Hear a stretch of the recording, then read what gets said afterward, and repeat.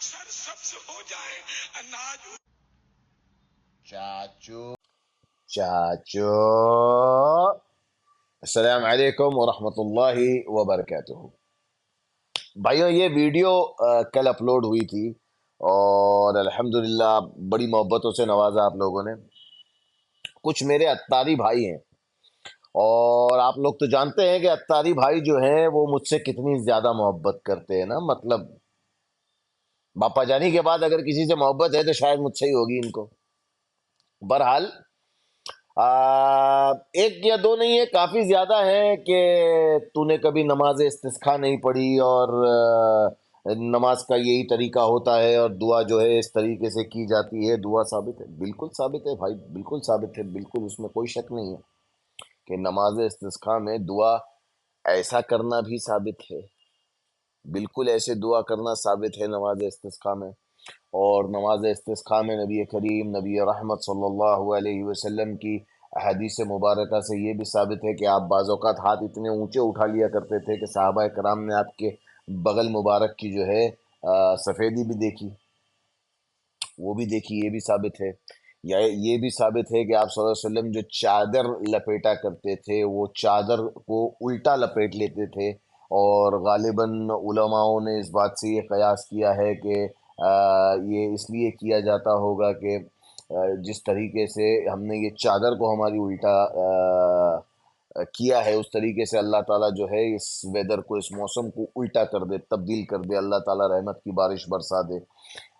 ایک مرتبہ ایک حدیث ایسی بھی ہے کہ آپ صلی اللہ علیہ وسلم نے ہاتھ ایک دم اونچا اٹھا کر کے دعا کی، بہت عاجز ہو کر کے دعا کی، اتنے عاجز ہو کر کے دعا کی، اتنے عاجز ہو کر کے دعا کی. اور جب ہاتھ دعا مکمل کرنے کے بعد نیچے لائے تو ہاتھ اپنے پلٹ دیے. جیسے ہی ہاتھ یوں کیے اس کے بعد اللہ تعالیٰ نے بارش برسائی. اور اتنی بارش برسی، اتنی بارش برسی، اتنی بارش برسی، سبحان اللہ سبحان اللہ سبحان اللہ. میرے نبی کی زبان میں وہ تاثیر، وہ مستجاب الدعوات اللہ نے ان کو بنایا کہ ایسی ان کی دعا قبول ہوئی کہ 7 دن کے، پتہ نہیں کتنے دن، مجھے ابھی دن یاد نہیں ہے، کہ اتنے دن تک کا بارش رکی ہی نہیں. اور صحابہ کرام دوبارہ پہنچے، یا رسول اللہ اس کو ایسا کر دیجئے، کچھ اللہ سے درخواست کیجئے کہ سائڈ پہ گرے، مسجد میں نہ گرے، نماز پڑھنے کو آنے کو تکلیف ہو رہی ہے. یہ بھی ثابت ہے. جس طریقے سے اگر عام زبان کے اندر اگر میرے جیسا کوئی جاہل آدمی اگر سمجھنا چاہے تو اس طریقے سے اس کو سمجھ سکتا ہے کہ بھائی رفع الیدین سے بھی نماز ہے. بعض لوگوں کے پاس بغیر رفع الیدین کے بھی نماز پڑھنے کی احادیث ہے، ایسی بھی دعا کی حدیث ہے.